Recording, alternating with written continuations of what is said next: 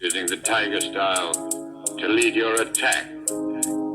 In fact, there is no way that you could get to my vital points. Oh God, lost souls from the omen, hunt buffalo soldiers for ritual roasting, consume flesh from the chosen, comatose to their rope, sinister laugh in the air like Joker, Carsman deck, knew the ledge, hit the edge, stay away beyond the heavens, brethren, stay clear from Cape Fear, darkness near, blind sunshine, cage hot down, stomach is red, parent, burning bed, need our own white squares, swear to y'all, I double dare, that's what cast it. We battle the souls are buried in plastic. Raptured the world of savages, bodies turned to maggots. Truth disappeared, but this ain't magic. No one add faggot. This is classic, raw material. Forefathers darker than low. Instrumentals, I'm in the mental. Talk heavy, swinging blades like Wesley. DC snipe, all I see. CB, hit the S mark, noggins bleed.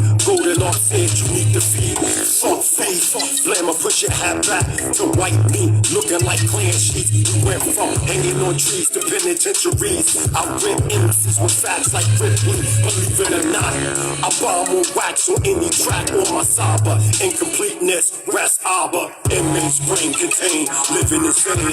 Strain on the mental trust, solid man's temple, but only for a while. Mount Zion rise, dreaming out, yeah. More solid power, inmates brain contained, living insane. Strain on the mental trust, solid man's temple, but only for a while. Mount Zion rise, dreaming out, yeah. More solid power, I possess mics and psychobah light. Ether and crystal, enlightenment blind, those claiming sight. Rise like old owl, fighting snowmen, far sea like fountain on mountains. Martin, see promised land Moses from afar. Original Hebrew beyond the far. From her up paw, sporting charms, ghosts and machine. Read palms as one deep songs. I remain calm like constant swamp water Vietnam. The metal melt within, heavy gunplay against the Sith. Paranormal shift, know the ledge of the edge of the cliff. Break the chains, I'm in my bliss. Blow a Buddha, bless the sky. Lying in the spaceship, triumphant, old school wise men. Shema from Zion, lion men, talisman. Keep me bionic, I'm Sepharonic, supersonic like tonic. Crushing cats like rhinoceros. Many false prophets, make profit off knowledge.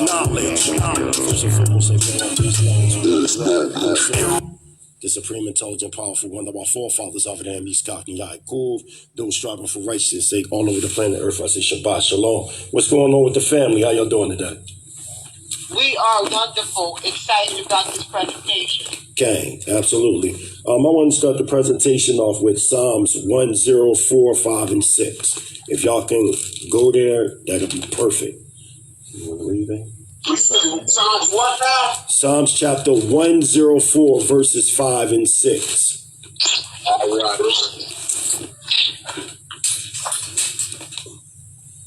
This one read the right one.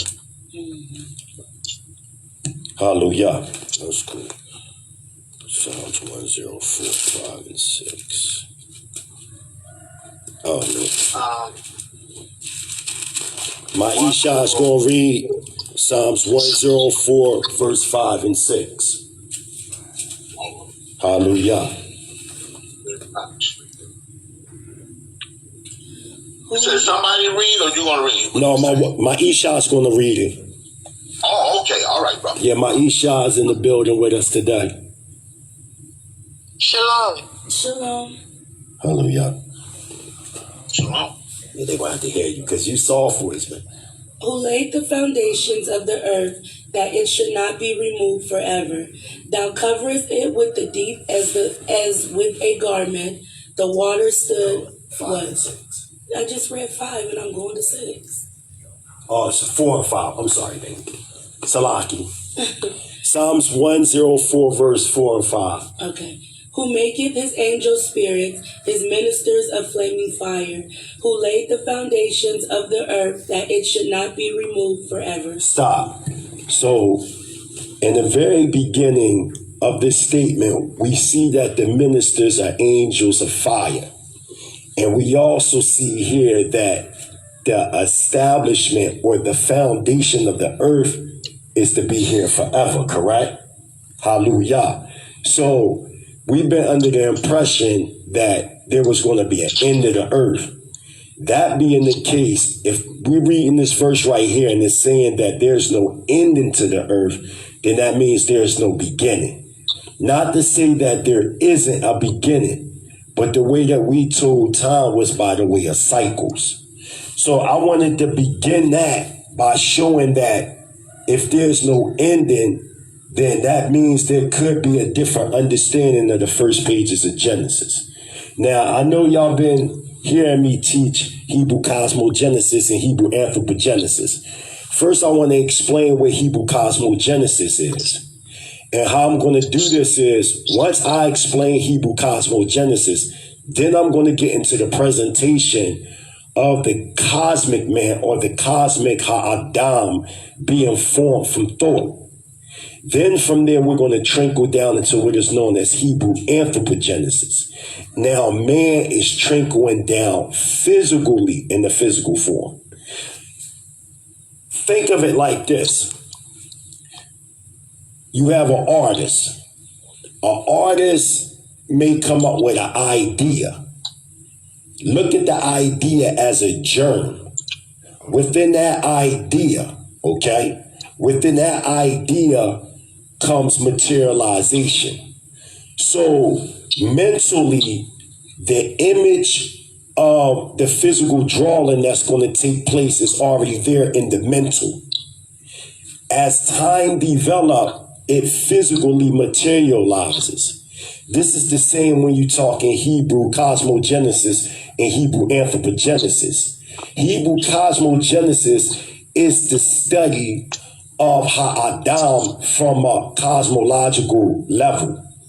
Studying Ha-Adam from an anthropogenesis level is now on the physical level. If you're talking about culture, if you're talking about our heritage, if you're talking about our language, if you're talking about ways of eating, ways of worshiping, all this is Hebrew anthropogenesis. So now I want y'all to go to the first page of Genesis. Okay? I want y'all to go to the first page of Genesis. Let me get my notes. Today we're going to also give sources of references.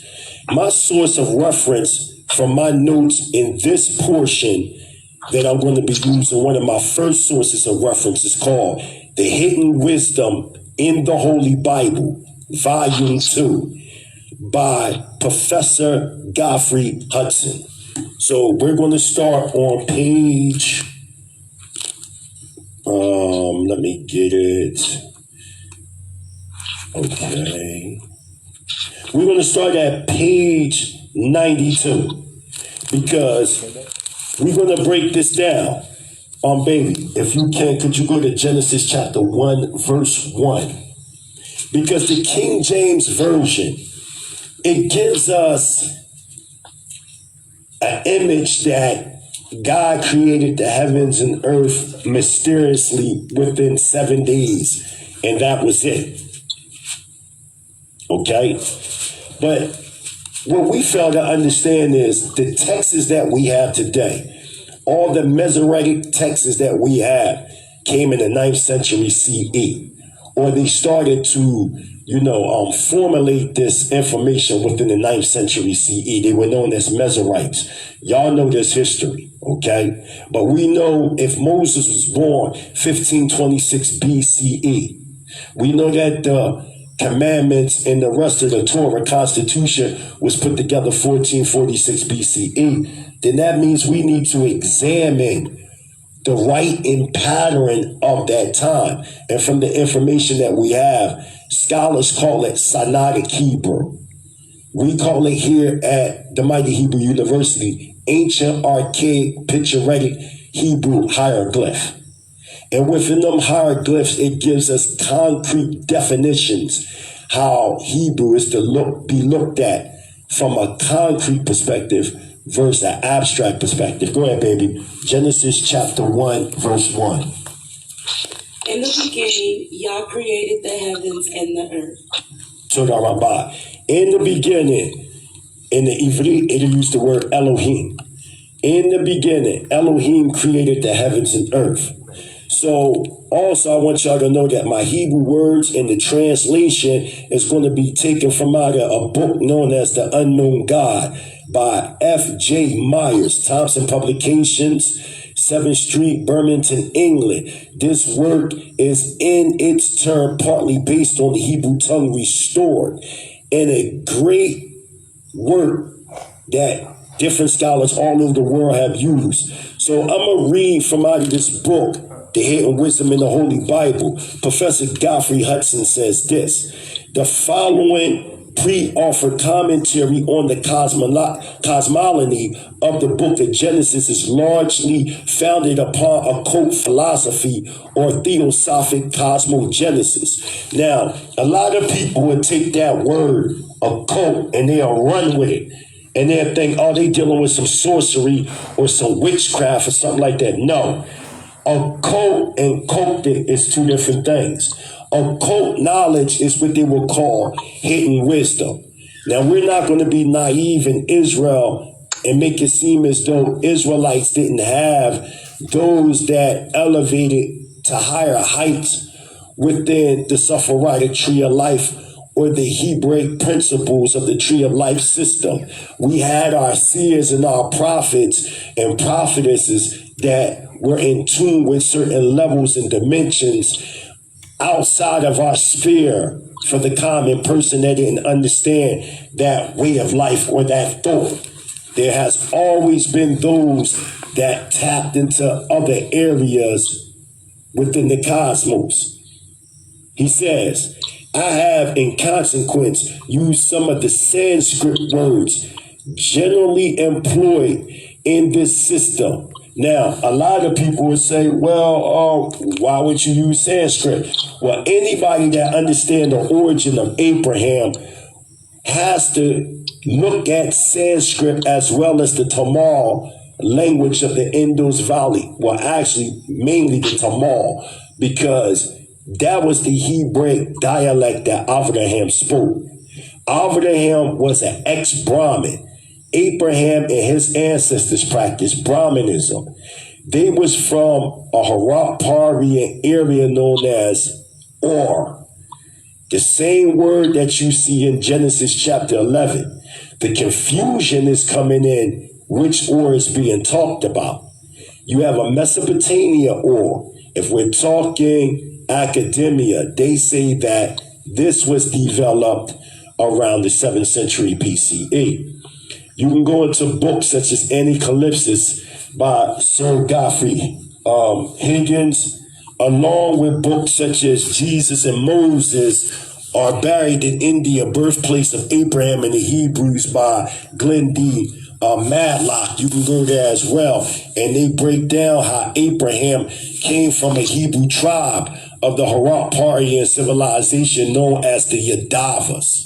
The Yadava is a Sanskrit word for the word Yahuda. There were two tribes of Judah. You had the post tribe of Judah that came from out of Jacob. Jacob, Abraham's grandson, who he named his fourth son, Judah, Yahuda, Yahawada. And then Abraham's tribe that he came from out of the Indus Valley, known as the Yadavas. You also can go to Genesis chapter 11, verse 1, and it breaks down how the people traveled from the east, and they found a plain known as Sinar. Sinar is the Hebrew word for Sumer. The east for us in Ivrit is known as Kadim. Kadim is also a Hebrew word defining the Indus Valley. So not Kemet, but the Indus Valley is the birthplace of civilization.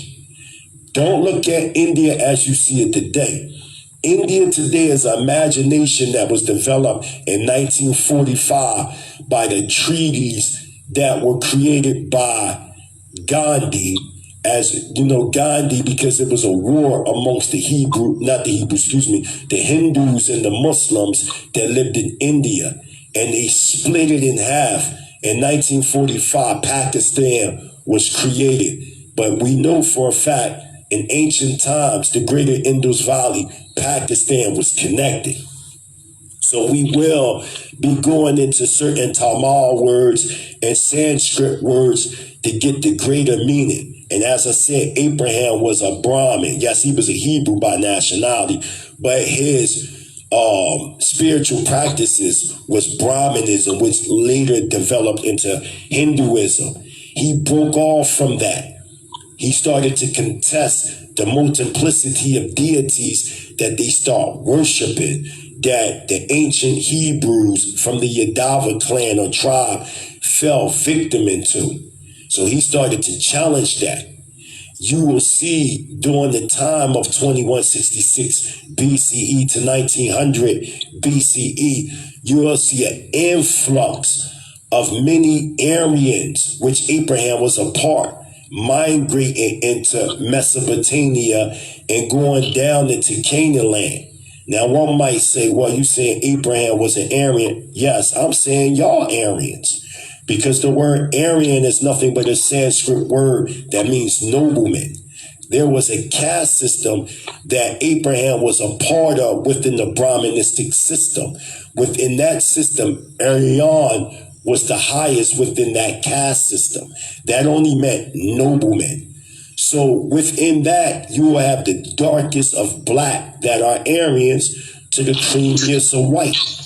Now, as we continue to go down the separated tree of life, we see that the author says, I have in consequence used some of the Sanskrit words generally employed in this system, such as the Ralanya, which simply means period of quietness between universes, and the Manvataras, which means period of activity. So when we look at the first pages of Genesis, we are under this impression that we're dealing with literal days. Okay? That's wrong. My Isha just read Genesis 1:1, and I'm going to read it again.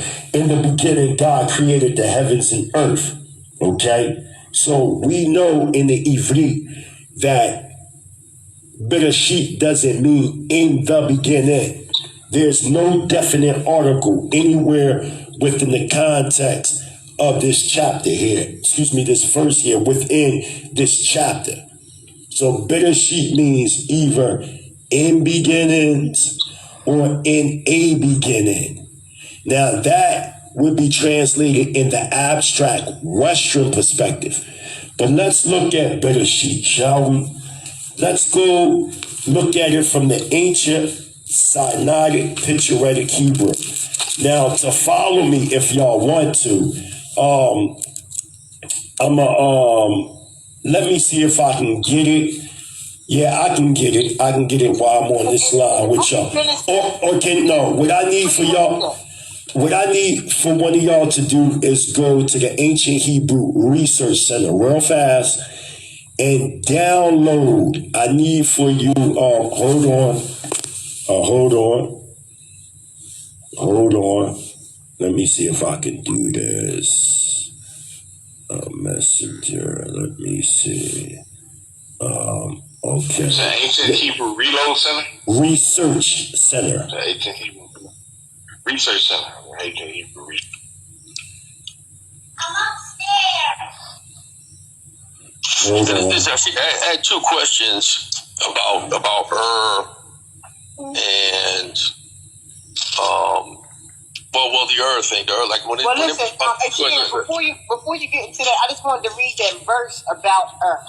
Okay, I just wanted to read that really, really fast in chapter 11, which Charlene Dean referred to. Now the whole earth had one language and one speech, and it came to pass as they sojourned, as they sojourned from the east, that they found a plain in the land of Shinar. See that? You see that? You see that right there? So the east for us is Kadim. Even when you go into the 26th chapter of Genesis, you'll see that Abraham not only had a couple of wives, which was Sarah, Keturah, and Hagar, but he also had concubines. And you'll see that some of them concubines went to India. Even if you go into, and that's in the 26th chapter of Genesis. Also, if you go into the book of Esther, chapter 1, you'll clearly see that Xerxes ruled all the way from India to Kush, to Ethiopia, by the way of 127 provinces. Yeah, I mean, 127 providences. You know what I'm saying? And also, if you go into the book of Amos, when the Most High compared us to the Ethiopians, we're under the impression that the Most High was comparing us to the Hamitic Cushites, by the way of Cush. No. Even those of classical times, such as Herodotus, he wrote about the eastern Ethiopians and the western Ethiopians. Everything west of the Nile were the descendants of Ham. Everything known as the east or the eastern Ethiopians, they were the Shemitic tribes. Them Shemitic tribes stemming back to the Lemurio-Atlantean root epic. We're getting it at shortly. But getting back to the point, as to what So now real quick on that, the Ur Chaldeans, what's the difference? Now the land Shinar, that's that's straightforward. But now, doing the point of one language. But I'm talking about when it mentions about the Ur Chaldeans, where Abraham's from, was reference to Abraham. What about that? Well, it doesn't say in the Hebrew or Chaldeans. What it does say is or apostim. And when you actually go into the Hebrew, that word right there is actually talking about the descendant of Abraham, Araphax. If you go into the Hebrew right now, you'll see that name that you see is not actually Ur of the Chaldeans. It doesn't say that in the Hebrew. It actually lets you know that it's Abraham's relative, Araphax, or Kasdim. And when you look at the Aramaic language, and this is linguistically proven, the Aramaic language, it didn't develop in what we know as so-called Israel, Syria region. It actually developed in Afghanistan. That's where it comes from. When we look at all the classical records, such as Josephus, as a matter of fact, I won't be able to do it now because the way my phone is, I'm on live right now, so I can't do it. Nope, I can't do it right now. But if we go into the books of Josephus, as a matter of fact, I'll read it to you real quick. We can go into the book of Josephus, and Josephus tells you that the ancient Hebrews were originally from India. He even lets you know that. As a matter of fact, it's in the 10th chapter of the book of Josephus. Josephus lets you know. Tachyus, he said that we were a group of so-called Indians that left from India, known as the Kahali. You also can go to Philo. All the classical scholars knew that the ancient Hebrews came from out of the Indus Valley.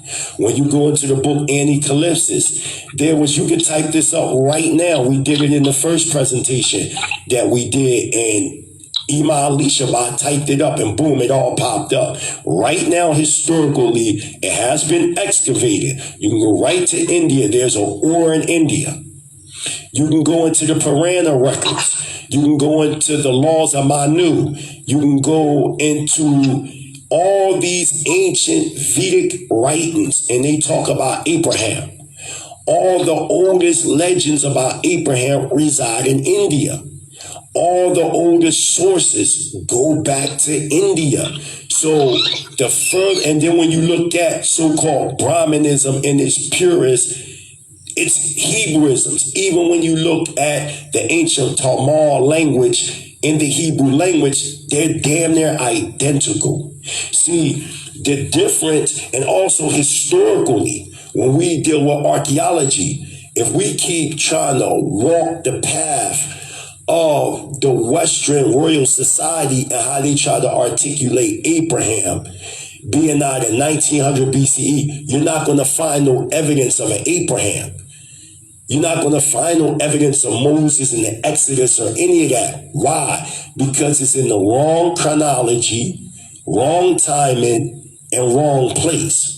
When we start to go into the Indus Valley records, you'll see all this information about pre-Shemitic tribes, along with Shemitic tribes. And we're going to get into that later too, because there were two Shemitic people. One Shemitic people were developed in South America. Another group of Shemitic people developed in Mesopotamia, in those Mesopotamia valleys. Okay? And when I say the ones in South America, they would be known as pre-Shemites. What you're reading in Genesis or the Table of Nations is only the reestablishment of an area that was developed after the last flood, 9,564 BCE.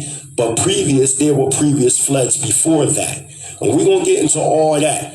And we're going to show the anthropogenesis records, the cosmogenesis records that our forefathers and foremothers left behind, that there was a civilization known as Lemuria, original name Tamar Nadu.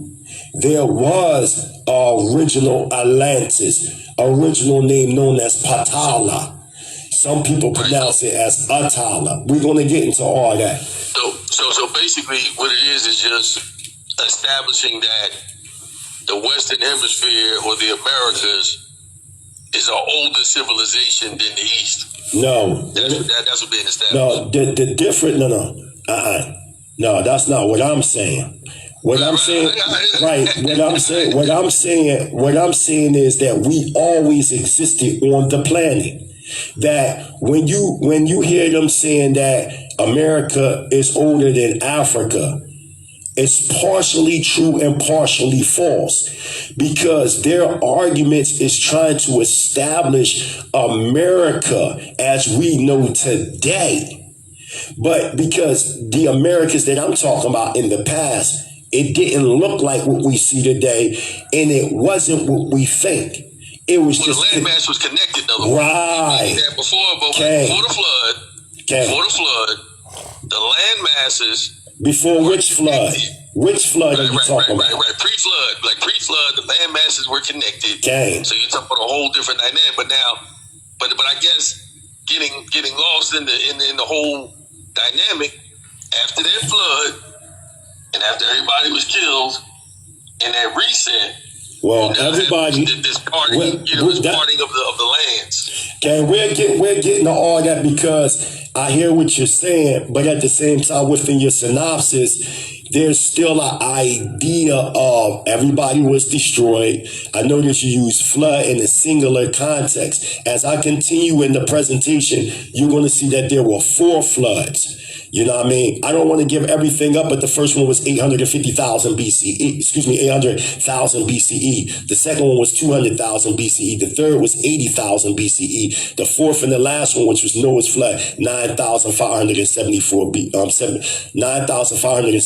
BCE. When you're looking at the Table of Nations and the reestablishment of a population of a region of people, now we're talking about the descendants of Noah. What we teach here at the Mighty Hebrew University is 1, polygenesis, not a singular genesis. And number 2, we don't acknowledge that every man, woman, and child on this planet is a descendant of Noah.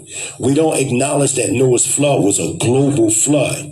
So we're getting to all that as I continue the presentation. So getting back to what I'm saying about the book of Genesis.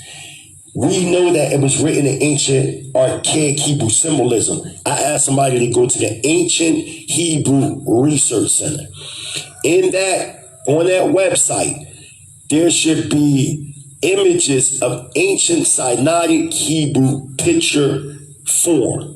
I want somebody to take that and put it in this inbox so people can see, so people can have an image of what they're seeing, so I can proceed on. Because, for instance, if you look at an aleph or an alif or an a, from the abstract Western mind, they'll say, well, aleph is 1, aleph is thus. But when you look at it in the ancient archaic Hebrew symbol, it's a symbol of an ox. It defines strength, first in rank, powerful one, head, ruler, right?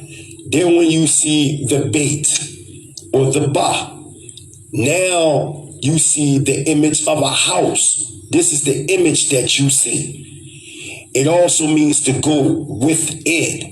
It also means family. Then you see a he or a ha. That is an image of a man, woman inclusive. An image of a man with outstretched arms facing the northern star. All right. So now you have Abba. From the abstract, it means father. But in the Hebrew, it defines function. So when we look at the Abba or the Aleph, the Beit, and the Hey, what do we have? We have the first ruler that protects his family, or the head of the family, or the head of the house, or the strength of the house.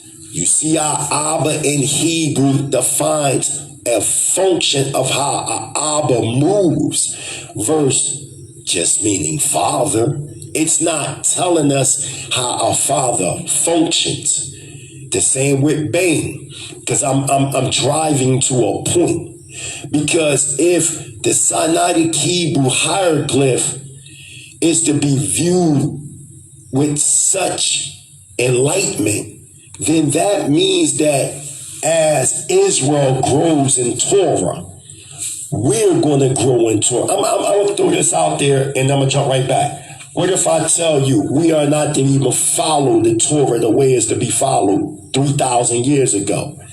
Because them laws that were given, we were in a state of degeneracy. So we were given degenerate laws. So as we would grow consciously, our understanding of Torah would broaden to the point that we can abstract the principles and create government. But the problem with Israel today is they trying to walk around like 5,000 years ago and they can't elevate and build government. So my point that I'm stressing in this is where Abba, it defines function. A function that a man is to make manifest by the way of being a protector of his household, his family. Like Bain, from the abstract, it means son. If you go into your Strongs, it's going to tell you, oh, Bain or Ben means son. But it doesn't mean that in the archaic Hebrew symbols. We have the Ba or the Beit again, which is family, house. Then you have a Nun or a Na, which is a seed sprouting out. So Bay means the continuation of the family. You see, it don't mean son, and that's just son, but it doesn't give us the function of it. And that's the problem with these mistranslated Tanakhs. Whether you got a Torah, whether you got a Pentateuch, whatever you have, all these are mistranslations because they're not tackling into the function of Hebrew.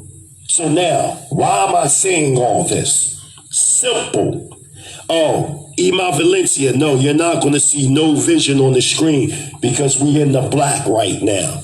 Because I'm doing a live on Benezah Queen, okay? So the reason like this because we're not directly on the conference call. So I had to do it like this so y'all can hear it, but y'all not going to be able to see it, okay? But I'm here in the building. So the reason why I'm saying all this is because now that means it must be a higher understanding of the first pages of Genesis and even the Tanakh itself. If we're saying that Moshe Musa, whatever name y'all wanna, however y'all wanna pronounce it. What we're saying is that it was written in Sinaitic hieroglyphic Hebrew. That being the case, we need to know what is the adapt understanding that was being conveyed to our people. And the earth was without form. Interesting. Right? So let's start. In the beginning, God created the heavens and earth. So in the beginning, Bereshit, it's in principle, primary wisdom. God, let's break this down. It's really Elohim, which is the powerful ones, which is a singular feminine with a plural masculine. Why? Because the feminine would define the vortexian time warp that the seed of Israel would go through. Another story, another topic. It says, and the earth was without form and void, tahu wa buhu. Right? So they'll say chaos without order. Right? That's what they would say.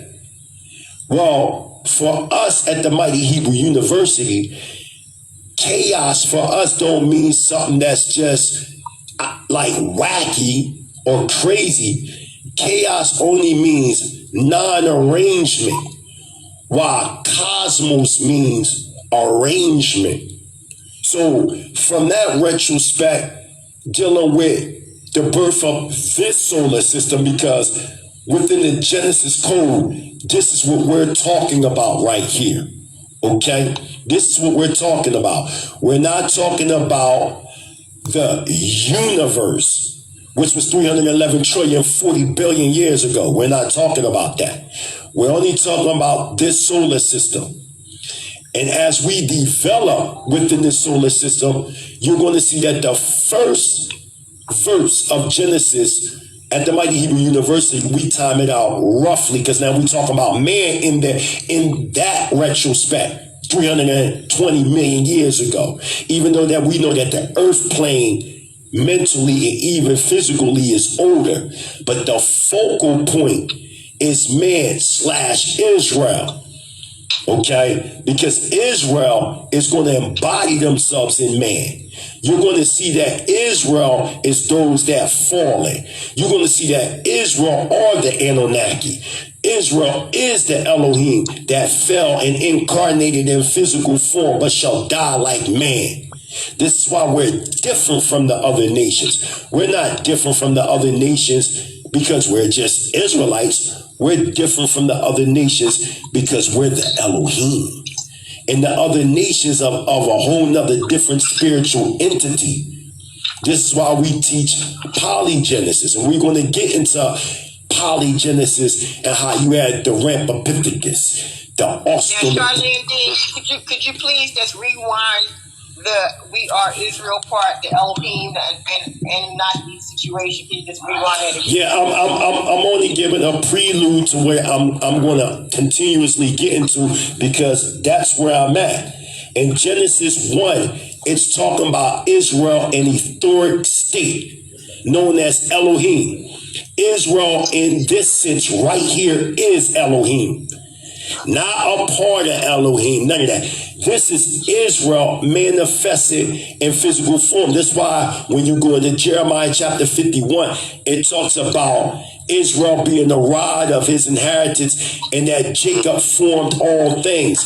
We're trying to move that to the Most High, but it's actually talking about pre-Yaakov, pre-cosmic Yaakov in the state of Elohim. That's what it's talking about. In the beginning, Israel formed the heavens and earth as Elohim. In this sense, the heavens is Shamayim, which is plural, which means that which is water. Water defines life. And we know symbolically the heavens is defining the mind. The earth right here is Ritz or Arat Tazak. Ritz is only talking about the material substance of things, or the manifestation in substance from the heavens or from the mind. See, you had the subjective and you had the objective. You had the subjective ideas that Israel used by the way of seers and prophets. We knew certain signs and symbols of primordial man. And then you had the objective for the layman. See, the layman, we were originally laymen when we first came into Israel. We read it, in the beginning God created the heavens and earth. We took that as sound and we ran with that. But as we develop more and more, you notice that the verses take on a whole nother different connotation as you grow in Hebrew thought. You see what I'm saying? Remember, even in mathematics, because remember, our words or our letters is also numbers. So in mathematics, we were taught to count a certain way, as Dr. Kazriel, Dean of the School of the Prophets Institute in Dimona, Israel, Northeastern Africa, said best. We were taught a certain way to count, either from 0 to 9 or from 1 to 10. And as you develop mathematically, what happens? You start to elevate. Now you're starting to do decimals. Now you're adding and subtracting. You're doing division. Now you're starting to get into fractions. You're multiplying, right? As time develops, now you're starting to do algebra, 1, 2, 3, calculus, trigonometry, logarithms, all that. The matrix of mathematics, it's a labyrinth, but it's simple. It's the same thing when we're dealing with the understanding of Tanakh. When you first came into this culture, you first learned how to count 1 to 10, 0 to 9. But as you developed, now you're taking on a whole nother understanding of Hebrew thought.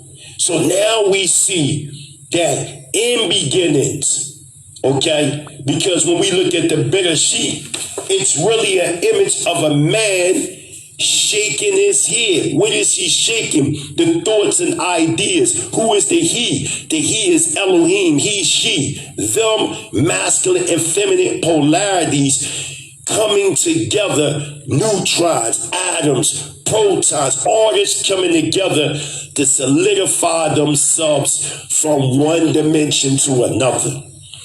Okay? We're talking about ascent to descent. Evolution is talking about descent to ascent.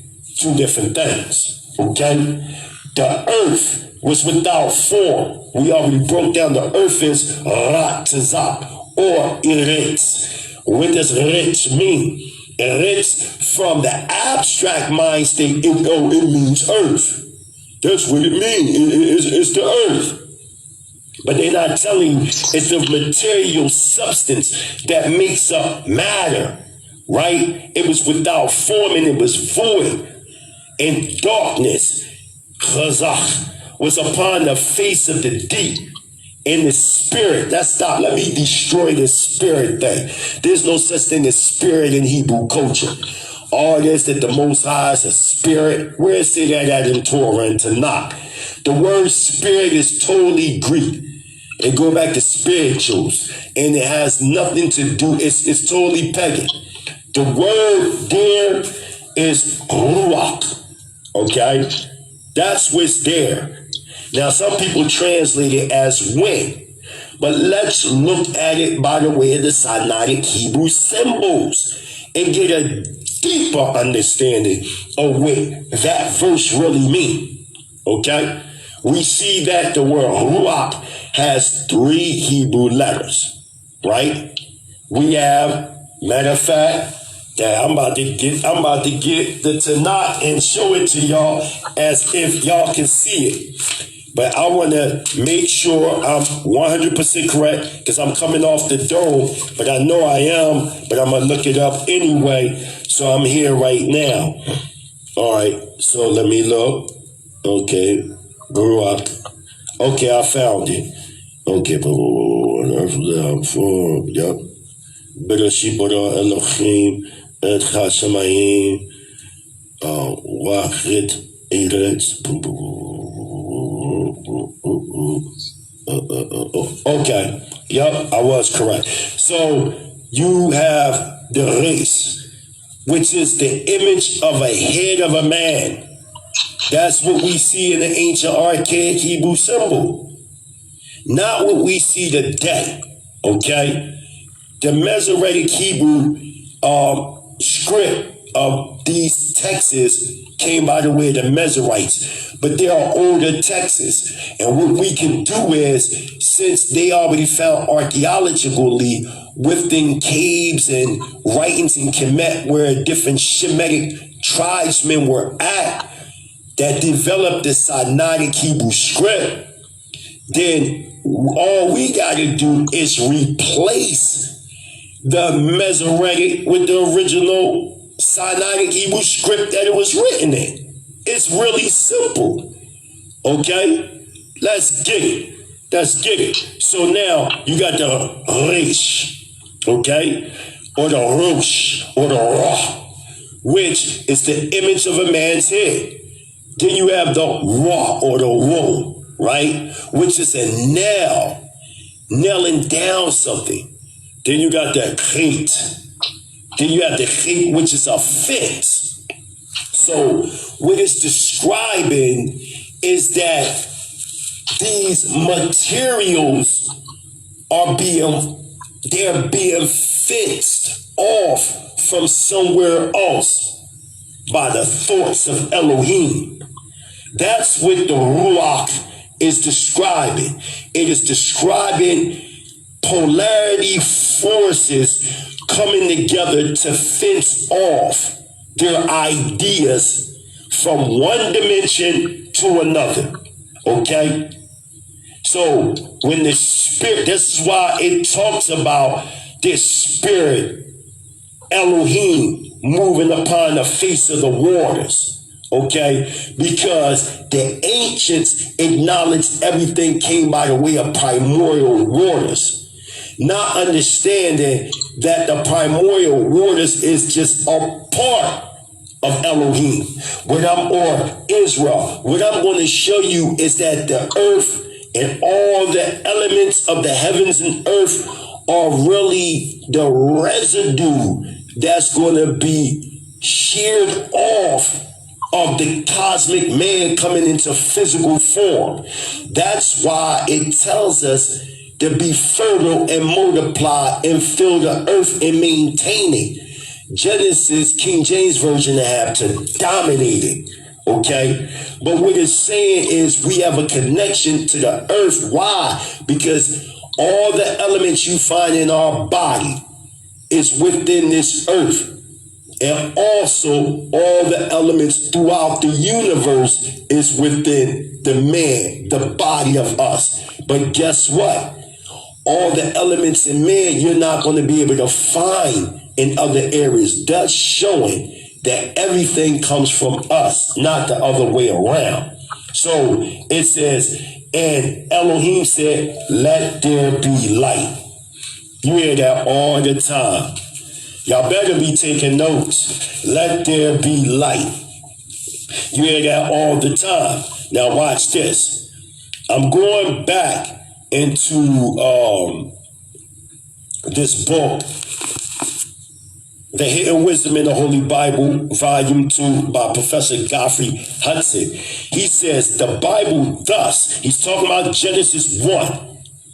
He says, the Bible thus opens with the affirmation that an intellect, self-knowing group of formative agencies of cosmic evolutionary statue, and then you have in parentheses Elohim. So what I'm going to do is I'm going to give the viewers that's watching, I'm going to pick it up so y'all can see it. That's the name of the book. Y'all can see it right there.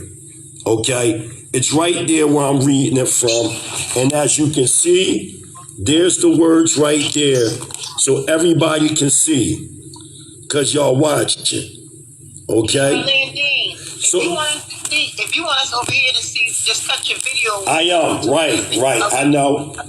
Okay. So I'm doing both of y'all at the same time. So now what I'm doing is I gotta cut my video on real quick. Turn it over. Okay. So this is the name of the book right here.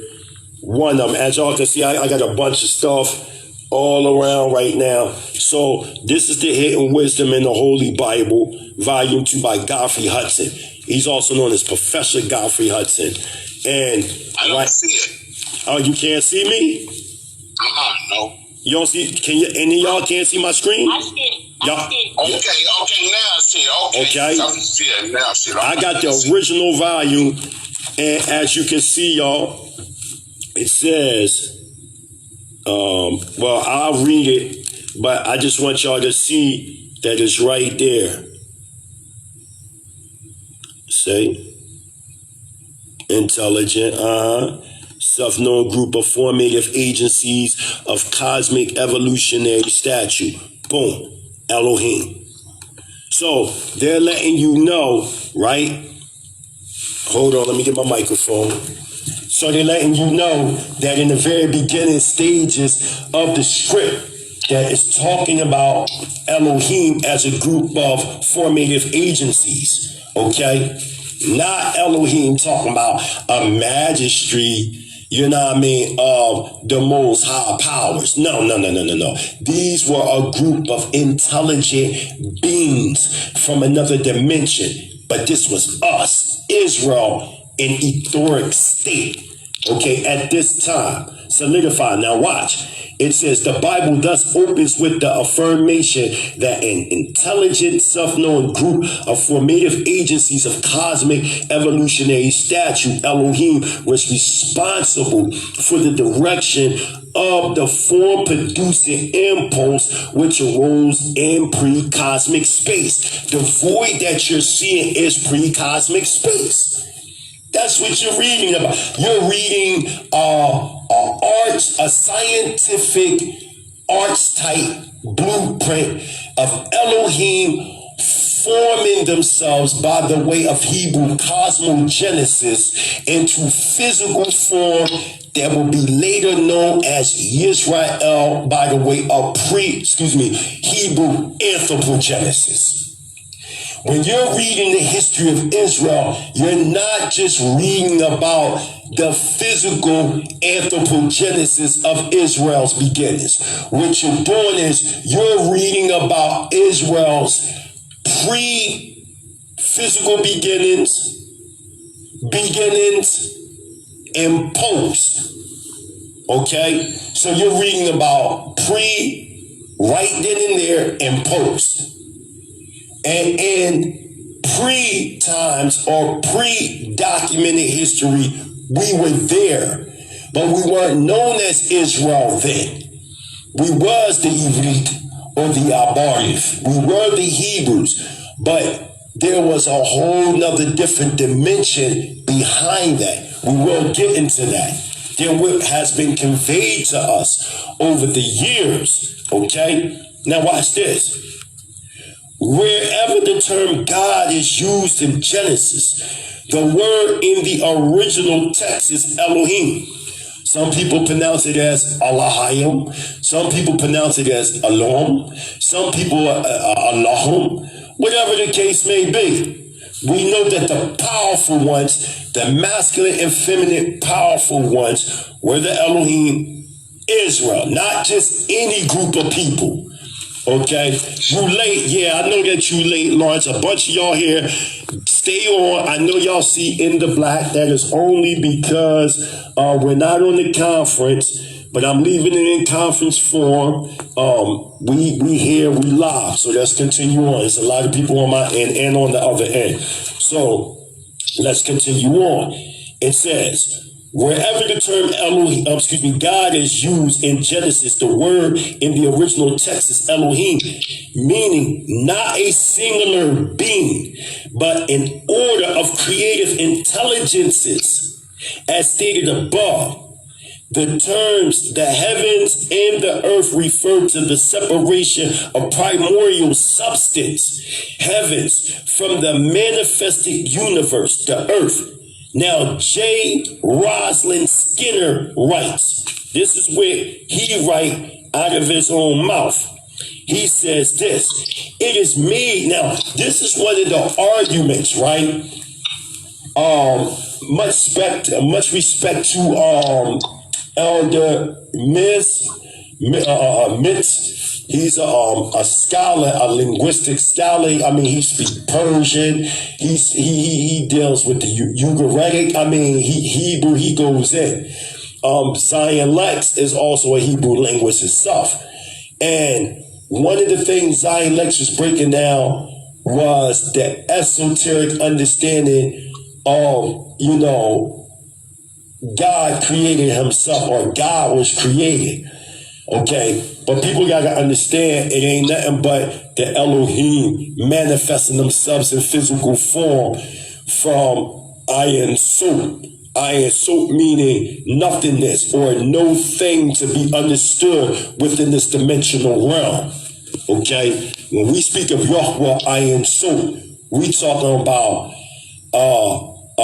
eternal power that's neither male nor female and doesn't have any. Yeah, I know the conference call, El Boogie, is the Torah line. That was because it was really yesterday, but I had an emergency, so it had to be done today. So the way we doing it is on Facebook in the back chat. Okay. It's being recorded right now, so you'll be able to go watch it on Watch Party and be able to listen to it. It's just like the conference call. If you would have been over the conference call, you would just be listening the same exact way. So it's nothing has changed. It's just that we're live on Facebook and on the back chat of Bene Zakwain. So let's continue on. So now, it says, in the beginning, God created the heavens and earth, right? Or jump up, it says, it is made to read, Bereshit bara Elohim. In the beginning, God created the heavens and earth, wherein Elohim is a plural, nominative to a verb. In the third person singular, Normantes call attention to the fact that the text might suffer the reading, right? It says, Barash, it's Bara Elohim, in the head or source of beginning created itself, or developed Elohim, the heavens and earth. Really a more grammatical rendering. So my sources that I just read was from the Kingdom of the Gods and Occult Powers in Nature and in Men by Godfrey Hudson, footnote 2, page 15 in the glossary. My other source was the Kabbalah Masonic Review, September 1885, quoted from Helen P. Blavatsky's Collective Writings, Volume 7, page 261. Okay? So, we see these intelligences forming themselves. The term God, as used in these verses, is thus not singular, but plural in its implications. Although, the original directive intelligence, the preserver, the source of universal mind, Yahweh, arose in a plural state from its root in pre-cosmic space. Immediately, that agency became outward, turned, the rule of number attained, meaning now the multiplication of Elohim is building. So Genesis 1:1 is defining us more ethorically. The Theosophical Society calls this state Polarian because at one time, from scholarship and as far as we can go in the psyche and through the DNA of observation, we were in a state of stillness at one time, so to say. Not literally by the way of this third dimension. But because we can't define the starting point, we say that, as the late Honorable Elijah Muhammad said in Theology of Time, the original man was in triple stages of darkness. Okay? He was in triple stages of darkness. At this time, we talking this solar system range now solidifying into man by the way of a euphoric state. We talking 320 million BCE. But the earth plane existed even before that, and we existed even before that. But I just want us to focus on the development of man. See, we think man was created how we see physically now.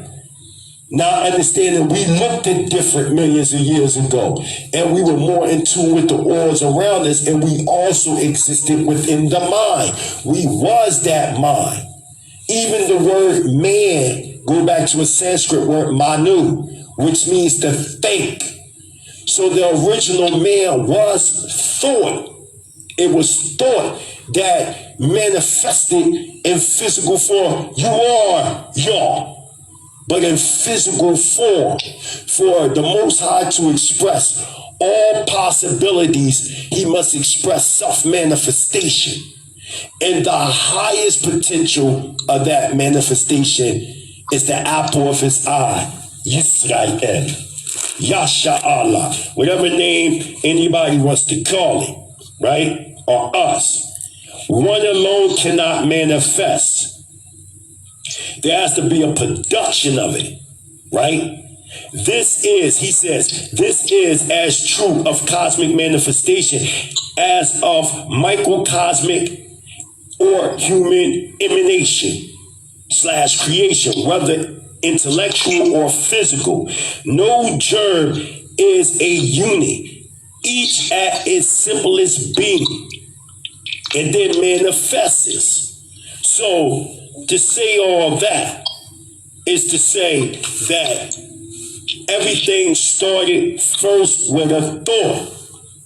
So in the beginning, God created the heavens and earth. Really.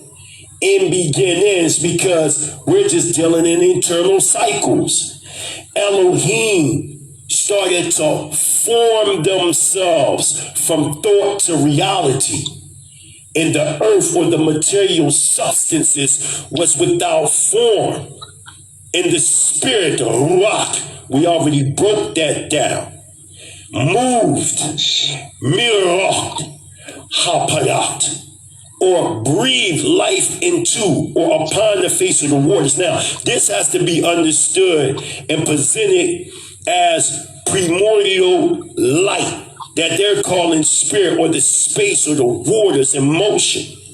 So now you see the spirit of God is really the masculine power within the germ of cosmic pre-existed into chaos. Okay? This is what you're seeing. You're seeing the manifestation of Elohim materializing themselves in physical form, and whatever residue is left, it's going to be the earth itself. That's why you had those like the Honorable Elijah Muhammad saying that we came with the earth plane. Noble Ali saying we came with the solar plane. The late Adonai Rabbeinu Ben Ami Ben Israel said, Dr. Prince Shaliach / Prince Shaliach Ben Yahuda, the original dean and founder of the School of the Prophets Institute in Dimona, Israel, said it as well. So now we see verse 3. And Elohim said, let there be light. And there was light. So my thing is, Amar in this verse is enlightened or brought to light, made manifest. Let there be. Yehi, which in Hebrew means there shall be, or light, intelligence. Elohim will light. And the divine intelligence flashed into active being. That's where you see, and there was light. Now, getting back to the book, The Hidden Wisdom in the Holy Bible, he say this about light, because the only way to understand all this got to be broken down with Hebrew cosmological thought. We can no longer read this as children any longer. In the beginning, God created, that's for children. We're dealing in real scholarship now. We're going into the ancient records of our ancestors. Okay, and we're taking it to another level of consciousness. How you think you have these geniuses such as Nikola Tesla? How do you think they have geniuses such as Albert Einstein? Because they understood the Genesis code. You know that all these experiments, don't you know that the whole, what is that? The M2 equals square, the MC2 equals square. Y'all know what it is. The theory of relativity, right? Newton's theory, Einstein, his theory, all these different people with their theories, they all arrived from the Genesis code. They understand this. Progression. Listen to what this man says. This guy is deep. He says progression from the germinal to the active state is thus indicated. The manifesting process has not only been indicated, but has also become effective.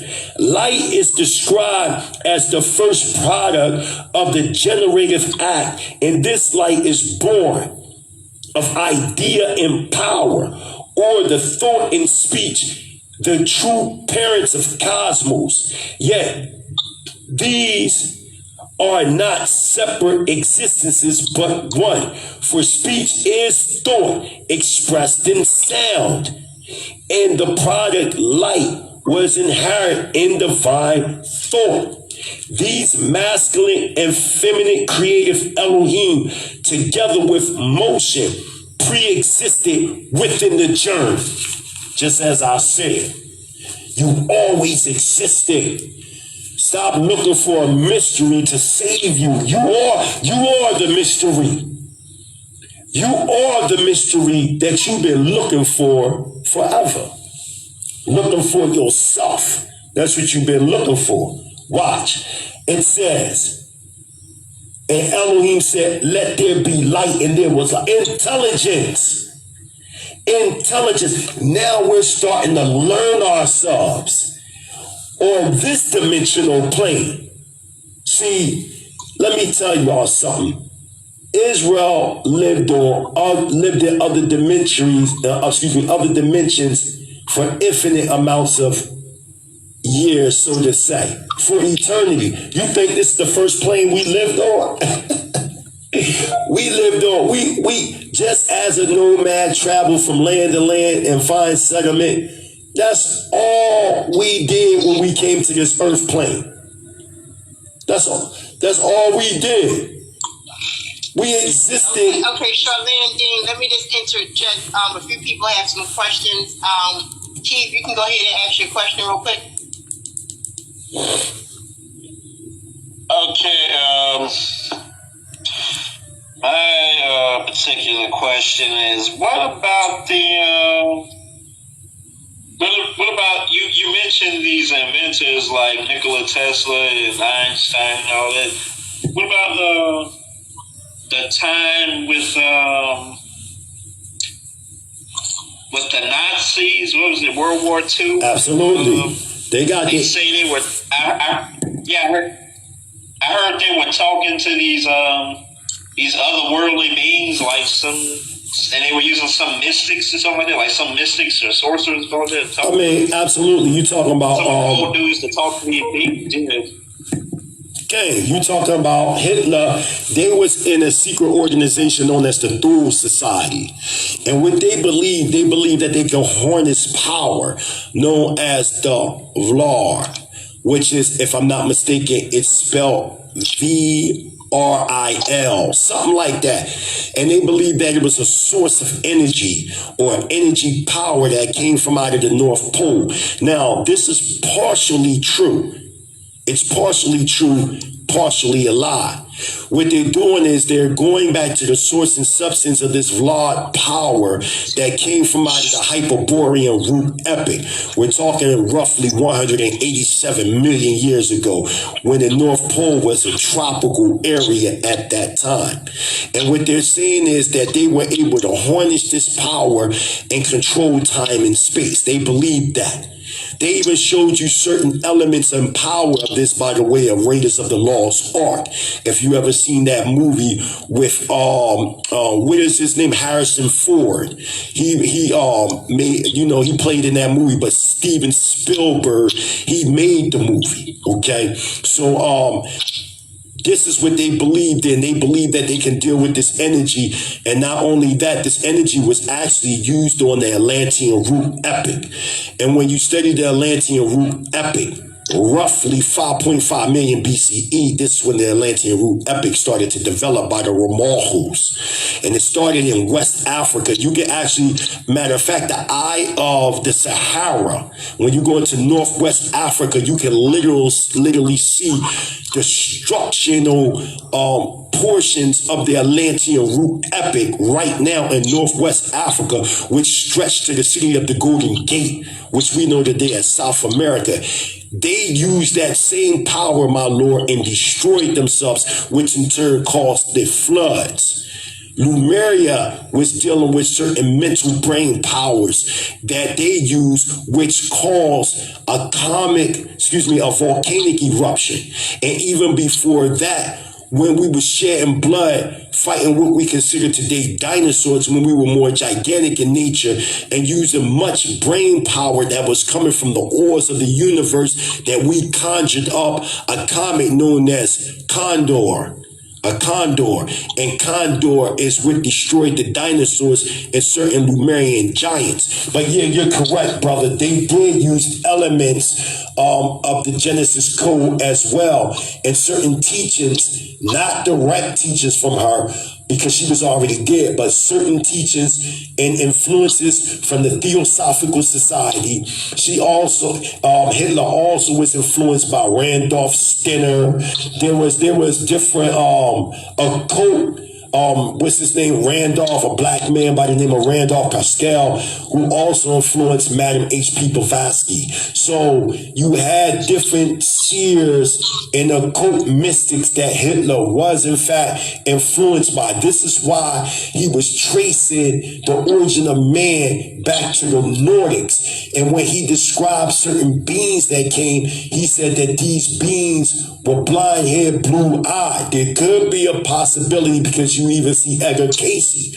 When you go into the psyches of Edgar Casey, you see that you had certain mediums that were contacted by certain beings. Now, I won't say that they're lies, because you had, listen, let me throw something at y'all. Y'all heard of the Darwin theory.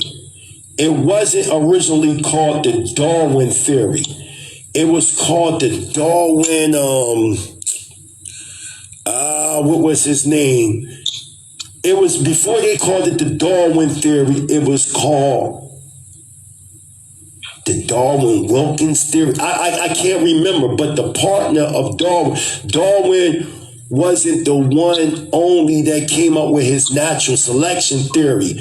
It was somebody else with him, but they was working on it at the same time, but they weren't connected to each other. One was observing in the Mediterranean area, the other was observing natural selection where he was at in England and all that. And they both supposed to have brought their theses. Somebody's so does it think the connection between this power that they're using of the mind, is that connected to like what them monks are doing in China? Absolutely. Yeah, I'm gonna get right to that. Just hold that thought. I'm gonna say this last thought about what words I had before you came in. I was saying something about what? Darwin. Yeah, Darwin. Thank you. I think it was called the Darwin-Wilkins cane. So one was observing natural selection in the Mediterranean area, North African area. The other was doing it in England. They knew of each other, they heard of each other, but they didn't know each other. So when it was time to present it to, the Natural Academy Society or whatever in London, England, they seen that somebody was already dealing with this thought before Darwin and during Darwin. So not to embarrass one another, they put their theses together and it became known as like the Darwin something. I can't remember. I get it and I'll put it in there. But what happened, this man started to go, not Darwin, but his partner. He started to go to certain places where medium was at, because he was hearing about strange phenomenons like monks in the Tibetan, in the Himalayas were able to take extremely water thick blankets and within 5 minutes dry them with their body heat.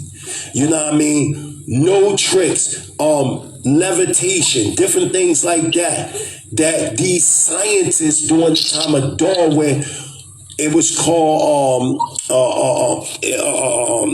something scientific phenomenon organization, whatever they had, and they were saying that these things were scientific, but they didn't know how it was being done.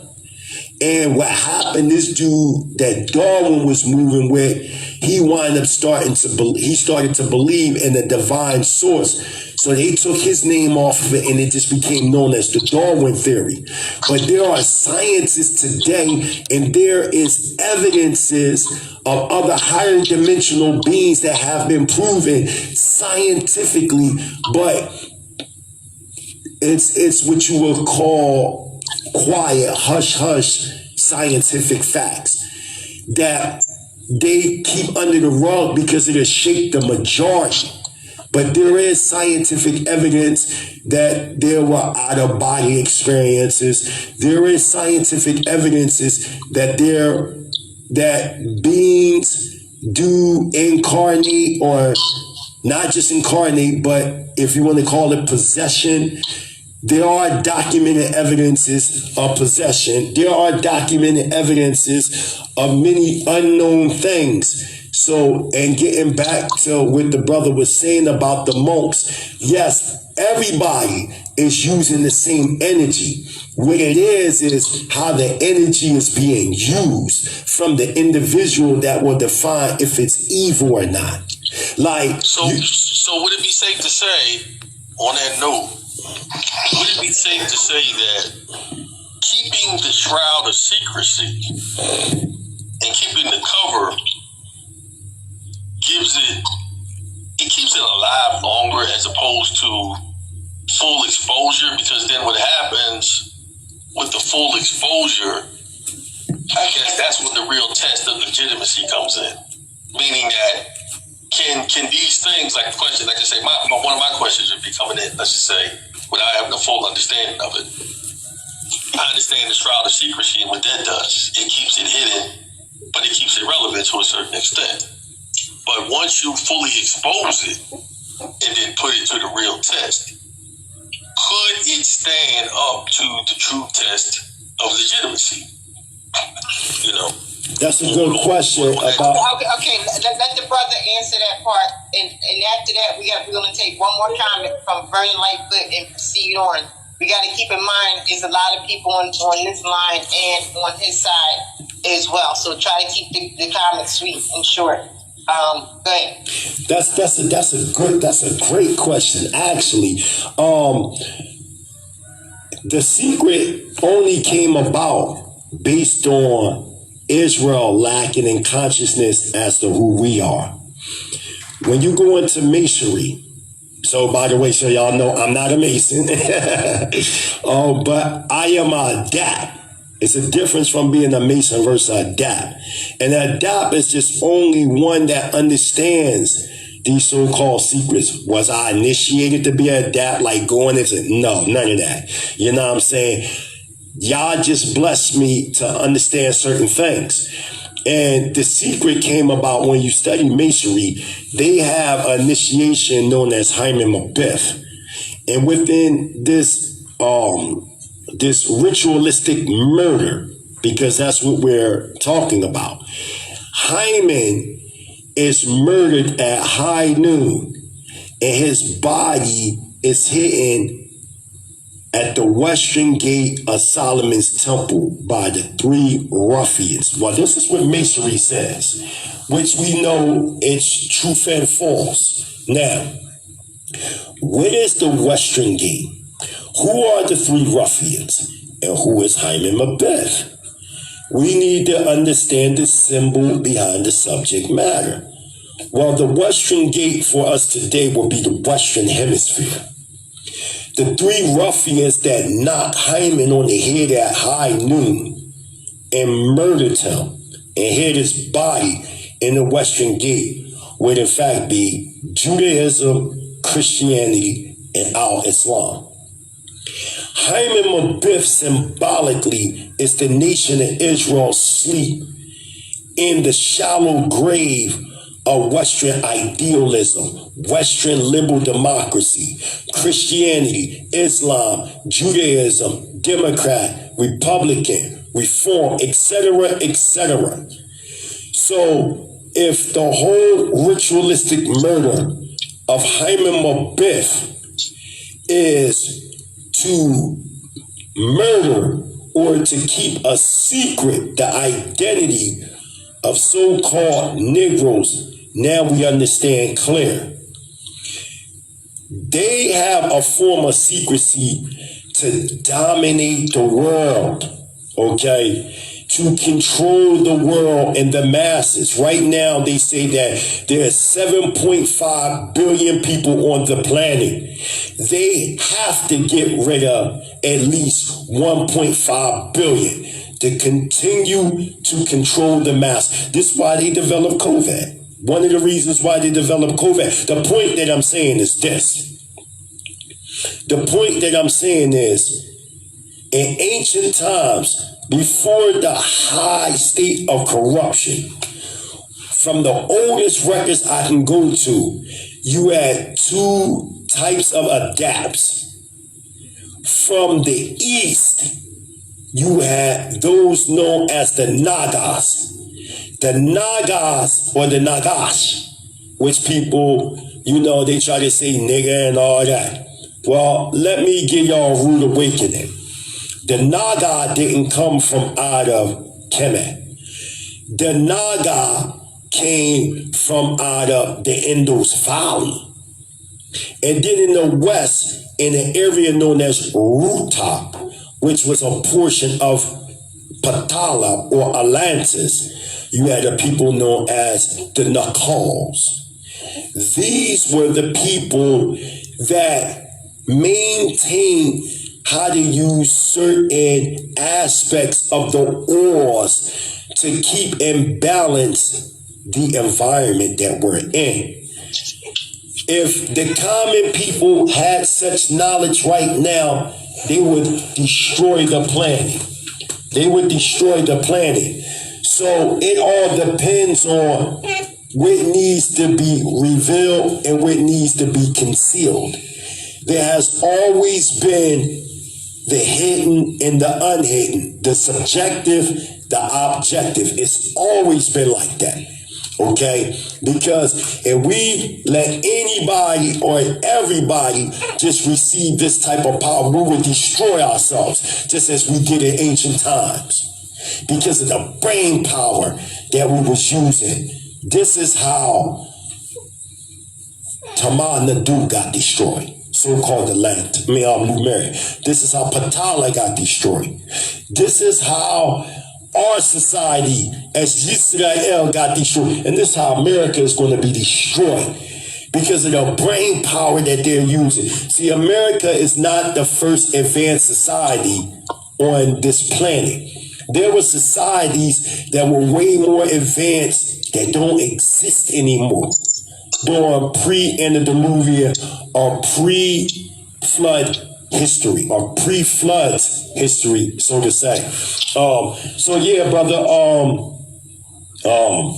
we can definitely look at the scientific evidence Because you were saying, how can we prove certain things? There's a book out, right? Let me get the picture of it so y'all can get it.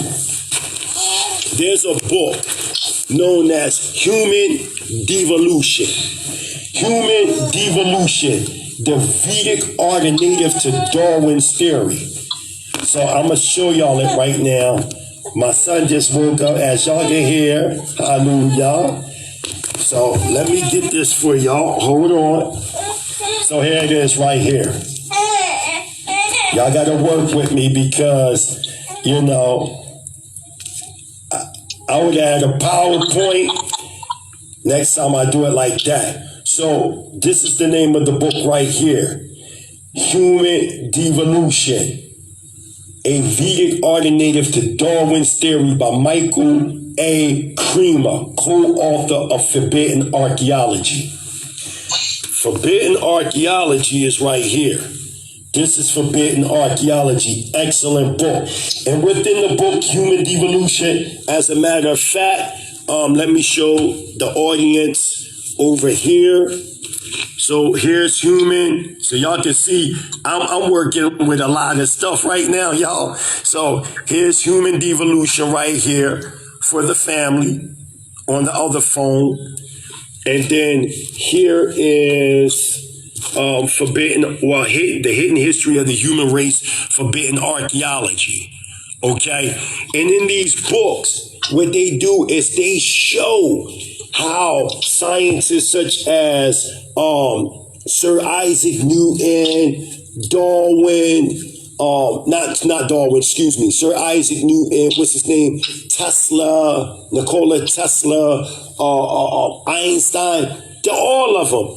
They understood the Genesis. Even Philip Lindsay right here, who put Unveiling Genesis, Mystery of the Root Races and Cycles. He even breaks down, as you can see, here makes statements like Genesis 4, sexual separation, and he breaks everything down by the way of the Genesis code. These are scientists that know, they're known as neo-scientists. And what they're doing is they're questioning the old conventional scientific understanding of things. That's what they're doing now. And it's being shown and proven that everything that I'm saying is true. Even when you go into, you okay, baby? Okay, even when you go into the Brahmanistic principles, they talk about the yugas. And when you understand the yugas, man, these guys in the Hindu, that's the only spirituality that traces things back trillions and trillions of years. They're taking the scientific data and they're aligning it. And I'm going to show y'all today. And I'm going to show y'all with fact, aligning it with not only the Genesis, but also the occultic records. Somebody, the sister said, I got you, Hetzabah. He said, please provide a list of the books referenced in this video, Aki, so we can purchase them. I got you, Hetzabah. That's Hetzabah Yahawashi. I got you. I'll make sure you get that. There was one more question before I continue on, Sister Salima. There was from the brother Vernon Lightfoot. Yes. All right. Shalom. Can you hear me, brother? Okay, my Lord. Okay. I'm listening to you, but I'm just gonna make a little comment. I had a different thought on it, a spin on it from the false gods who formed their own kingdoms, and they came up with this idea. The Creator is all-seeing and all-knowing, and these are angels who created their own kingdom, which they came to say, let us make man in our image, when the Creator don't have no image. This is what I have learned. And that they, the one who created the book of Genesis, knowing that the earth has been here long before 6,000 years, I agree with that. But the thing that I'm saying, that how they because from my studies that we are all angels in flesh. So these were people who was on flesh, in flesh, not only in this world but other worlds, because the Creator made more than one world. This is what I believe, and that has more than one human life form on other planets, worlds without end, the S. Just like the unseen world is eternal. So these angels who wants to recruit souls came up with these different lies, and this is where that's why so much division going on in the lower heavens above us, spiritual warfare, is because kingdom against kingdoms. Whereas the heavenly kingdom is on one accord, where there's no division.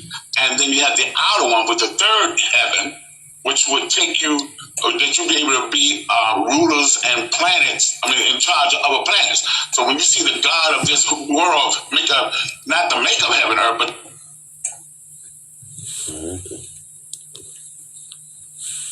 what happened? Oh no. It went out. That wasn't me. It just went out on its own. But the other ones are here. Yeah. We're going to get back to the brother. I know y'all listening. We got to get back to them. Something happened. It just went out. Make sure they don't see you. As a conclusion on the next Friday night, so we can get more of you, so we can all connection keep losing. Let's try this again. Yes, I share. The other question. Hold on for 1 second, Ashir. He went out for a second. I went out. And then we'll do another round of questions and comments in a few. Could that brother? I missed at least 40 seconds because I went out. Could you rewind that back just a little bit more at the end part, Elder, and repeat yourself?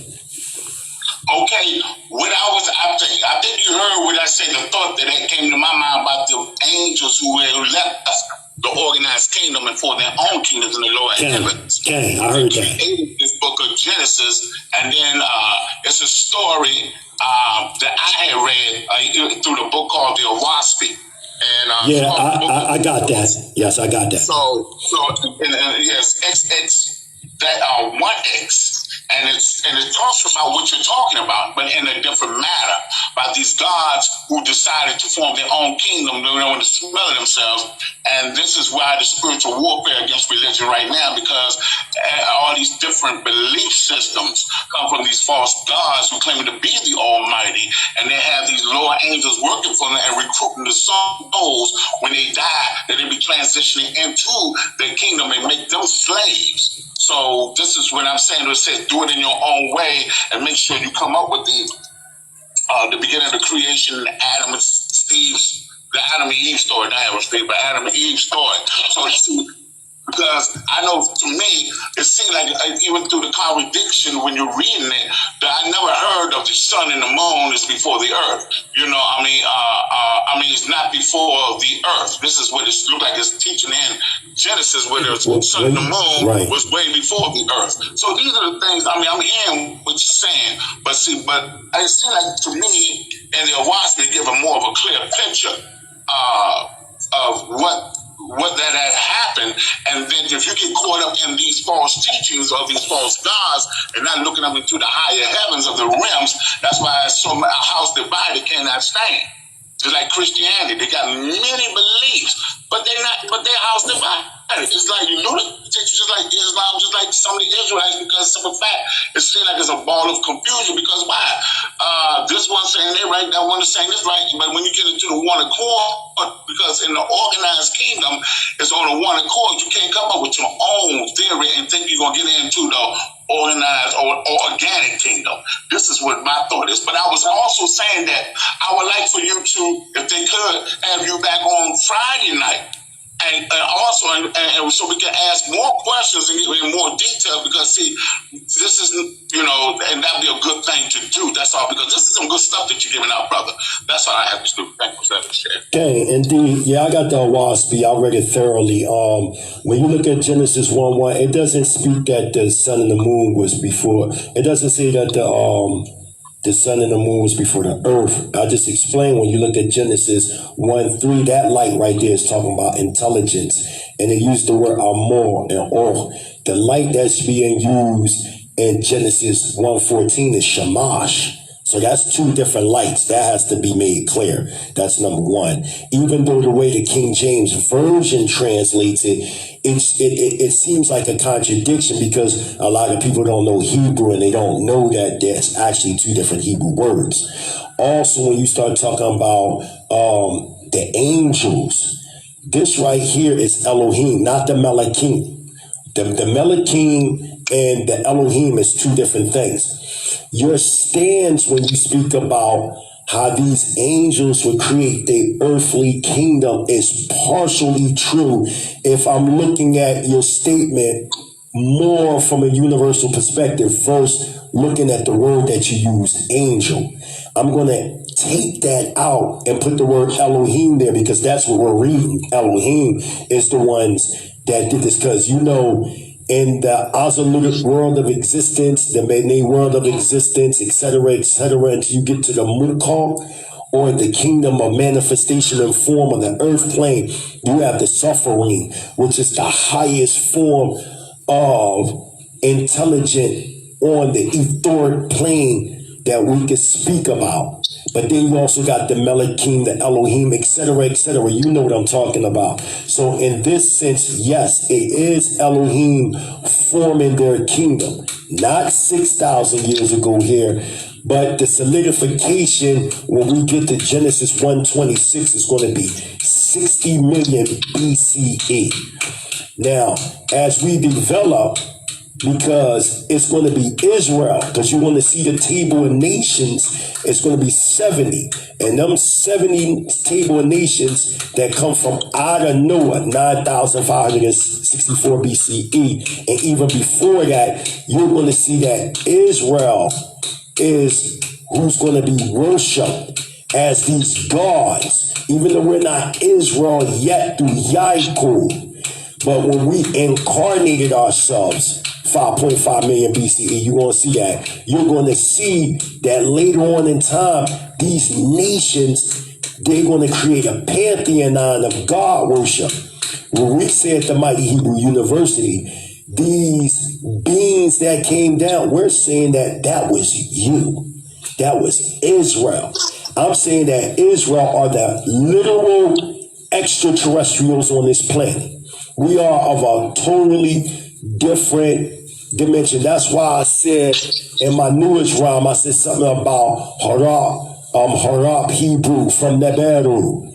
It is us, Israel, that came from another dimension and came down here, and we started to self-glorify ourselves through the ignorance of the nations of the earth and had them worshiping us. And as time developed, some of us became earthbound down here as being the chosen of Yah to correct this evil that we caused. That's why it's our fault. This is why Israel had to become an example nation, because in our pre-flood history, when we was moving as Elohim, we was using our power negatively to have the earthlings worship us. We're not earthlings. When you go into Psalms chapter 82, it tells you that we're Elohim and the children of Yahweh. But we will die like man. We will die like the other nations. The reason why I say that, because we're not man. We're not man. We just embodied ourselves or incarnated ourselves as man to be used as a vehicle to be an example nation to bring balance back to this earth plane. So you are correct, my elder, speaking about there were forces that did come down here, okay, that did come down here, but them forces was you. You, Israel, were them forces that came down here. You, Israel, was to make sure that the nations were emanating properly to maintain the earth. But what did you start doing when y'all was in y'all Elohim state? What did we start doing? We started to enslave during pre-diluvian, pre-flood times, the nations of the earth. All that you're reading in the Waspel records, the Book of Jubilees, Jasper, the Watchers, and Enoch, all that is talking about you. That's what's talking. Okay, Charlene Dean, I want to just read Psalm 82 really quick. 2 verses, start with 5. They do not know, nor do they understand. They walk about in darkness. All the foundations of the earth are unstable. 6, I said, you are, it says word for word, you are gods, and all of you are children of the Most High, but you shall die like men, or like one of the princes. So we are the Elohim. What Psalms is doing is taking you back to your identifiable factor in Genesis, along with the book of Samuel. Remember when Samuel's son started judging unrighteously in the 8th chapter of the first book of Samuel, when he was going blind, and the people started to complain that his sons were judging unrighteously. So it's giving you, because one thing about Israel, we are multi-dimensional people. So Israel not only giving you the historical inside the book of Samuel, but it's also going into the prehistorical writings of pre-antediluvian, pre-flood history, when in fact we were the Elohim, but we would die like men because we was destroying ourselves by using too much of our brain or our Elohim or our high power or our life power. And we was destroying one to another. Why you think we was making spacecrafts? We was doing this shit, this stuff in Atlantis or Patala. Yeah, I mean, you can go to writings right here. Here's a writing right here that you can go read, and it breaks everything down. It's called Legends of Atlantis and Lost Lemuria by W. Scott Elliott. Here's the book right here. Let me turn it over so y'all can see. Here's the book right here. You can get that book right there, and it tells you the power that we was using. We was using the crazy amount of power. You can also get the hidden history of humanity. You can watch the documentary, or you can get it in book form. There it is right there. Or you can get it in book form. Let me show the listening audience on my end. Here it is right here. The hidden history of humanity. You can get it in book form. You can also get Legends of Atlantis and Lost Lemuria. It talks about it. You can also go get, I forgot about these right here. You can also get right here, India Once Ruled the Americas by Glenn D. Matlock. You can see it right here for the audience right here. So y'all can see it. There it is right there. India once ruled the Americas. At one time, this land was known as Patala, or hell, because a lot of those from India, like the so-called North American Indians, they were exiled over here. The Q haplogroups were exiled over here because they were wicked 50,000 plus years ago. That's how what you know as the Mongol natives came over here, because they was practicing sorcery and cannibalism, another subject matter. You can also go into civilization in the ancient Egyptians by Katanga A. Bongo. You can get that too.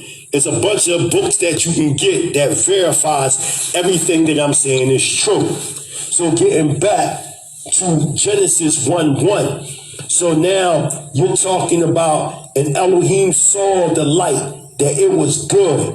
And Elohim divided the light from the darkness. So what's happening He's taking or Elohim, we're taking the best part. The light is what was formed in the darkness, or the residue of Tohu Bohu is now going to be used for the elements around us. And speaking about the moon, the moon and the earth was at one time one. But there was a comet known as Tamat that hit it and it split. This is scientific facts, that the earth and the moon was one. Elijah Muhammad expressed that, but he wasn't the first one to teach it. You can go into The Secret Doctrine by Madam H.P. Blavatsky. You can go into modern day scientists. You can go into Scientific America. And you can type in right now on your Google, did the earth come from the moon, or did the moon come from the earth, or was it one at one time? Yes, it was one. And on that earth plane, we lived on that earth. We lived on that earth. This is not the first earth. We are in the fourth round right now, or the fourth earth chain right now. There were 3 previous earths before. Now, that's a whole nother subject matter. I'm just on this earth plane right now that we are, roughly 320 million BCE. When man started, even though the earth is roughly 3.5 billion years old, but we're folks. Okay, but you can use this too, baby. Yeah, our little Bane, he just getting rid of a little cold. My boy Strong. Say shalom, y'all. Just real quick, we got one comment. We're going to move forward. This is from the brother Abdul Jalil. Shalom, Lord Abdul.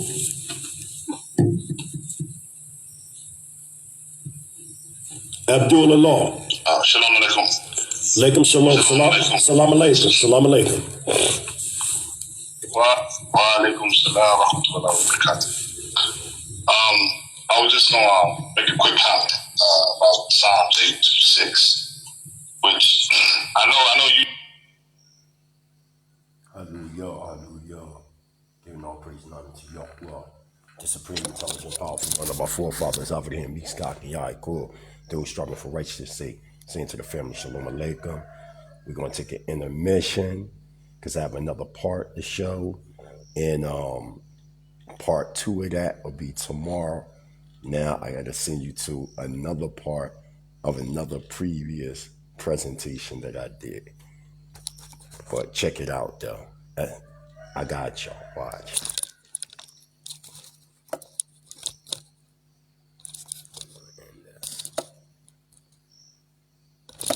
As a matter of fact, we're going to end this by playing a couple of songs off the new album, Mind Mental Is Never Destroyed, and Come Back. I know this was definitely a powerful piece that was done some time ago before I repatriated back to Africa.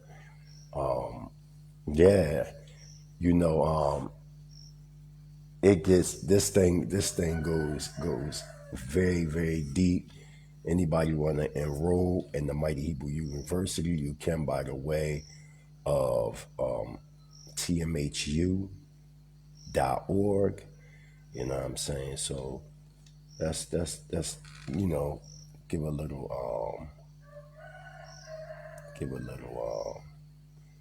check this pop out.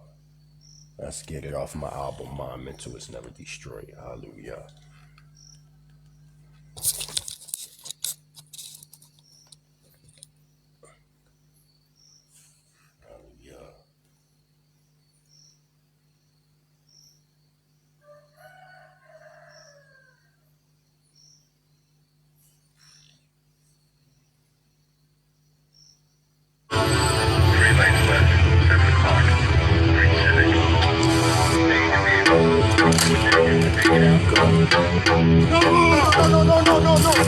Cats got shot up into wild from the Uber. Pow, another nigga drops. Boom, it stop. I see bodies all over the block. Pow, another nigga drops. Cats got shot up like Tupac from the Uber. Pow, another nigga drops. Pop, pop, gunshots up and down my block. The Glock hop on the palm. J Fox fight Dr. Shop for survival. Blood spill honest, strike fightings like comets. Generation cool vet, 19 cool. For visions and dreams we be Elohim fight Anunnaki. Kai Bichi, divine being Prince Landine. Hanasi, one with Mushakim, respin on me. Completeness emerges. Welcome to the new age. See through eyes as a guy king. Sign board, lion shine, onyx yard diamonds. Shield out with that conscious 12 tribes rise. Great Yahweh, solid power. Rock, truth, light, gold colors. Hot, rock the shots when I blaze into riots. Daughters of Zion, godless, the thought, rock, sting boxes. Door of return. Suckers be spooked out. Chins of Holy Spirits. Can't feel offended. Fuck it. 400 years, I'm going in. Nemesis, number Israel through census. Lost tribes be endless. Cash got shot up into WAP from the F.O.P.E. Pop, pop, another nigga drops. When we stop, I see bodies all over the block. Pop, pop, another nigga drops. Cash got shot up into WAP from the F.O.P.E. Pop, pop, another nigga drops. Pop, pop, gunshots up and down my block. The Glock hop on the palm. Lost souls from drop bones in the kettle. Weight on my mind, heavier than metal.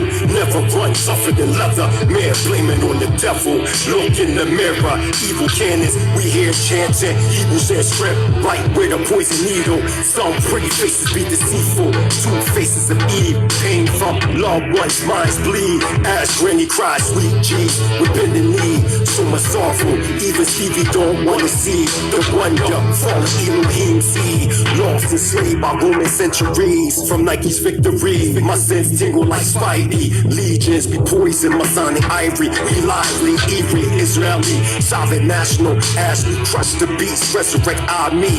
Back to the east from Crenshaw to Philly streets. Where you see white meat on concrete. Cash got shot up into WAP from the F.O.P.E. Pop, pop, another nigga drops. When we stop, I see bodies all over the block. Pop, pop, another nigga drops. Cash got shot up into WAP from the F.O.P.E. Pop, pop, another nigga drops. Pop, pop, gunshots up and down my block. The Glock hop on the palm.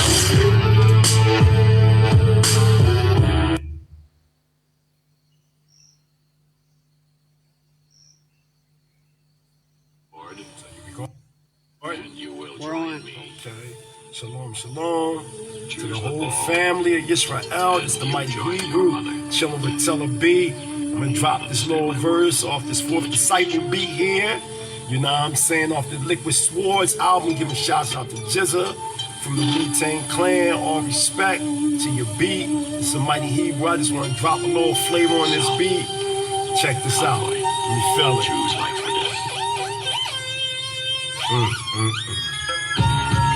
Yeah. It's like this. We going like this. Yo. Born in the greens from seven root seeds to the days human being. I speak prophecy, held with ML King's dream. Trapped in America's nightmare, watered by a demon. That murder Michael Brown, we fertilize a new sun. Incarnate in Ferguson. Kingdoms come in Demona, the middle world as it turns. Thoughts of 2/3 lay corrupt. Stranded from master puppets, trapped in the matrix, ducking. As Israelites, we stare upward, ready for war, screaming fuck it. Involuting art of death touched the doors that haunted us, sold us, and stole our consciousness. So the nations wouldn't know us. Truth now opens like envelopes. My eye in a scope like telescope amongst the stars. Allah, I am coming from beyond. My Kai remains calm while revenge lays on the mind. Doing tough Allah. Black zombies walk, deaf, dumb, and blind. As Illuminati shines, imitations to eyesight faster than Skype. Conspiracy, not a theory, believe the hype. Alright, death around the corner. Gunshots, kill many Tupacs. Burying many pops instead of cops. Creating single baby Maserati and crack houses. Forming from the mouth like a piper, holding a lighter, trying to reach the flame and fire me and Yah Sire. Can't take the pain of purple rain, so our souls cave in, losing control like Kurt Cobain and disappear. David Blaine to another station. The ends here, people act strange when they change behavior. Watch your neighbors, they'd rather see you in chains, dejangle or decaying from extra wounds of an AK. In the grave, laying painless, time keep on slipping. Yellow, my kinfolk sip with no future as their brain turn noodle to cold blue in the tomb. Yo. We lose in Judah. As the world turns, we lose another son from the barrel of a gun. Another brother wanna run, murdered us off. Lost reflection in the mirror, replaced away the devil. Lower soft took control, celestial abode lay frozen until the kingdom comes. As the rising sun, as the world turns, we lose another son from the barrel of a gun. Another brother wanna run, murdered us off. Lost reflection in the mirror, replaced away the devil. Lower soft took control, celestial abode lay frozen until the kingdom comes. As the rising sun, as the world turns, from Sherm the soul so burns, the flesh turned to dirt with worms. I seen good people eaten by this beast system, turn from human to nemesis. Society got us minutes, we too slow to reach the finish. I was in prison, why eat my fucks for a living? Being raped by Willie Lynch's 4 horsemen, trapped in apocalypse, the lost ignorant, hiding case of reach Nirvana bliss, but still blissed by new war fascists. Esau rule, iron fist like savages. Deep knowledge, I'm dropping this gnostic. My adapt shit theosophic from Torah, the doctrine secret to those unconscious. A wisdom that's been oral before the cosmos formed us. From Elohim to Adamic, we marry immortals, straying from divine order, losing morals. A sinners to the sinners, curse the soil. Photoplasma through prism, turned to matter that trapped us in the atmosphere. Shalom, mighty Hebrew. Peace. Peace, peace. Wings up on that. Wings peace, up. Peace.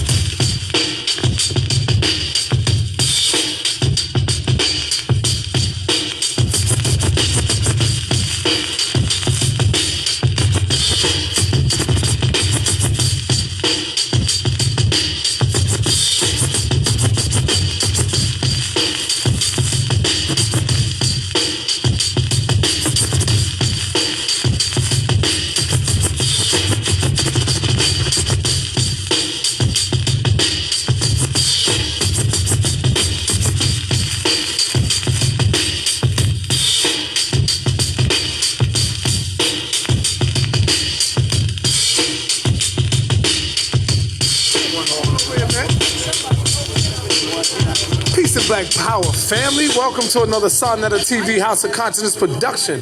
I have a surprise guest that walked up on me today. And this brother here, he's a powerful brother. Y'all see him right here. He go by the name of the Mighty Hebrew. You know what I'm saying?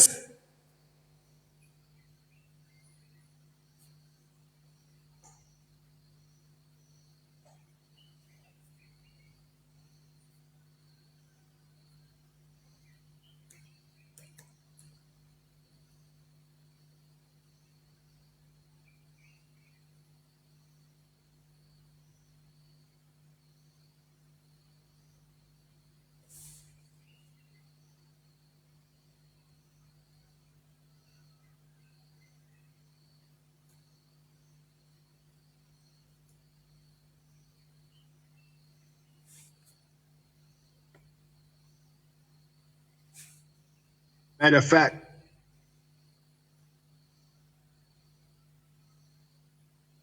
here at the Mighty Hebrew University is that the Atlanteans, they